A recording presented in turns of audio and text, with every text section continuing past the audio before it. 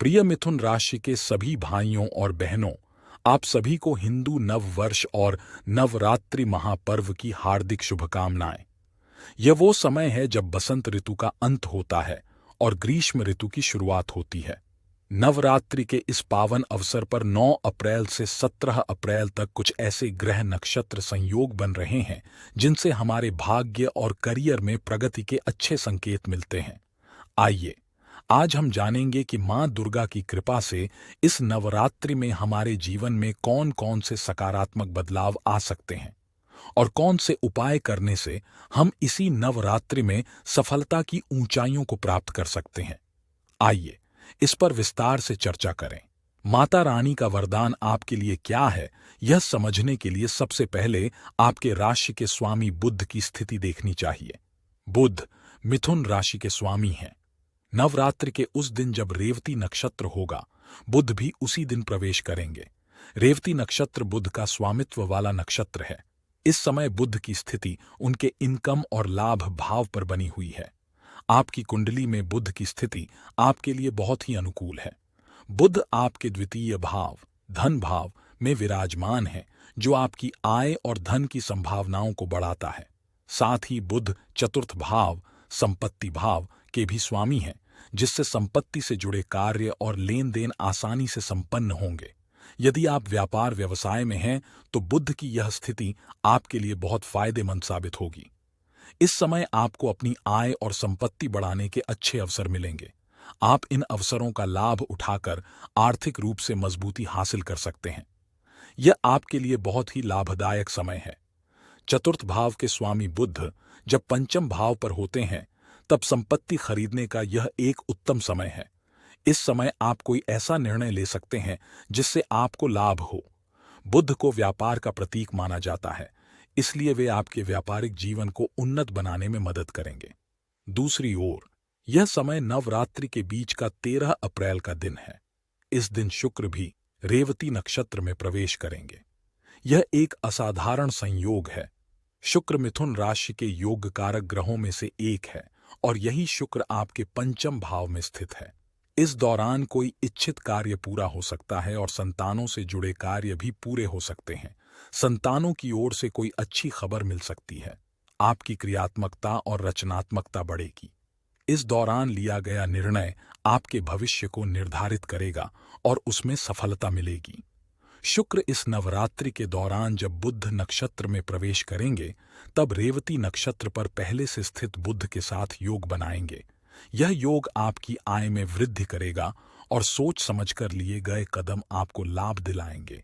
शुक्र की स्थिति को देखें तो यह आपके दशम भाव में स्थित है और वह भी उच्च स्थिति में। इस समय कैरियर, नौकरी और व्यापार में आपके लिए नई उपलब्धियां और नई ऊंचाइयां आ रही हैं। यह आपके लिए सर्वोत्तम समय है, क्योंकि माता शेरोवाली की विशेष कृपा आप पर बरस रही है। आगामी दिनों में ग्रहों के राजा माने जाने वाले सूर्य देव का महत्वपूर्ण ट्रांजिट होगा। 13 अप्रैल को नवरात्रि के बीच में सूर्य देव मीन राशि से बाहर निकलकर मेष राशि में प्रवेश करेंगे, जो आपकी राशि है। इसका अर्थ है कि सूर्य देव आपके प्रथम भाव यानी लाभ भाव में प्रवेश करेंगे। यह आपके लिए बहुत ही शुभ संकेत है। जब कोई व्यक्ति आगे बढ़ता है तो गुरु की उपस्थिति सूर्य के साथ उसे प्रकाशित करती है। जहां भी सूर्य जाता है वहां को जागृत करता है, अर्थात लाभ के मार्ग प्रशस्त हो जाते हैं। लोगों से जुड़कर और मिलकर आप खुद को बेहतर महसूस करेंगे और वहां से लाभ प्राप्त होगा। यह एक ऐसा समय है जब मेरी कोई भी इच्छा या सपना हो, मुझे उसे पूरा करने के लिए पंख मिल जाएंगे। जब भी कोई ग्रह आय भाव में होता है तो उसकी आय में असाधारण वृद्धि होती है। यह नवरात्रि का समय विशेष है। सूर्य जो हमारे तीसरे घर के स्वामी हैं, इस समय यात्रा करने के लिए अनुकूल हैं। नवरात्रि का प्रभाव न केवल अभी बल्कि आगे भी काफी समय तक बना रहेगा। जैसे बीज बोने पर पौधा निकलता है और फिर फल देता है, उसी प्रकार नवरात्रि में की गई साधना का लंबे समय तक प्रभाव रहता है। यह समय गुप्त विद्याओं और रहस्यों को जानने का भी है। नवरात्रि के दौरान आपके लिए सब कुछ प्राप्त होगा। विशेष रूप से तिथि के अनुसार प्रभाव अधिक होगा। इस 16 तारीख को अष्टमी तिथि है। यह दिन देव गुरु बृहस्पति के लिए विशेष है, जो भाग्य और करियर के प्रतीक माने जाते हैं। गुरु आज कृतिका नक्षत्र में प्रवेश करेंगे, जो सूर्य का नक्षत्र है, यानी गुरु आपके इनकम भाव में आ जाएंगे। 13 तारीख से सूर्य भी वहां पहुंच जाएगा। इससे आपको बहुत लाभ और प्रगति मिलेगी।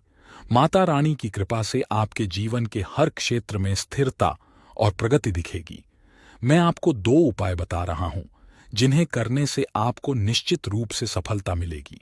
यदि हम तर्कपूर्ण दृष्टिकोण से देखें तो मंगल ग्रह को शक्ति का प्रतीक माना जाता है। हमारी देवी दुर्गा माता को भी शक्ति का स्वरूप माना जाता है।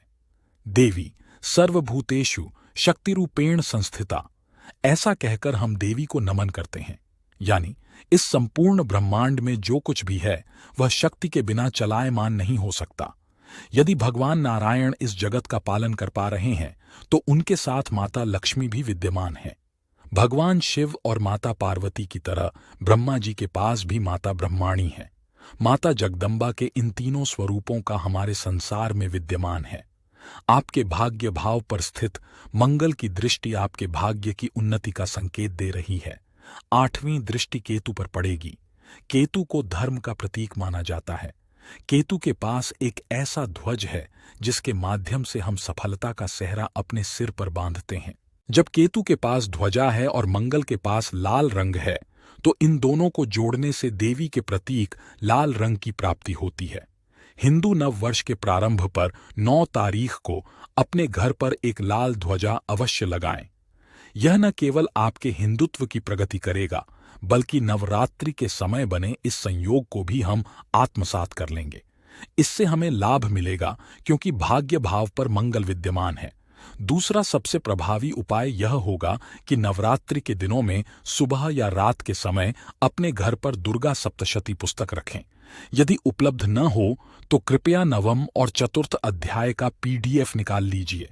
नवरात्रि के 9 दिनों में प्रतिदिन एक दीपक जलाएं, जिसमें घी का प्रयोग करें। माता रानी की मूर्ति को किसी सिंहासन पर विराजमान करें। किसी कलश में पंच पल्लव या आम की पत्तियां अर्पित करें और उसके सामने बैठकर दीपक के साथ पाठ करें। यह सुनिश्चित करें कि दीपक में घी का प्रयोग किया गया हो। इससे आपके कार्य सिद्ध होंगे, सुख सुविधाएं बढ़ेंगी और आपको विशेष शांति की अनुभूति होगी। साथ ही आपके भाग्य में वृद्धि होगी। मित्रों, आशा है आप सभी ने मेरी बात को समझ लिया होगा। यदि मेरा समझाने का तरीका आपको उपयोगी लगा हो तो प्रेम और समर्थन दिखाना न भूलिएगा। आपका प्यार भरा लाइक और कमेंट हमें बहुत प्रेरणा देता है कि हमने अच्छा काम किया है।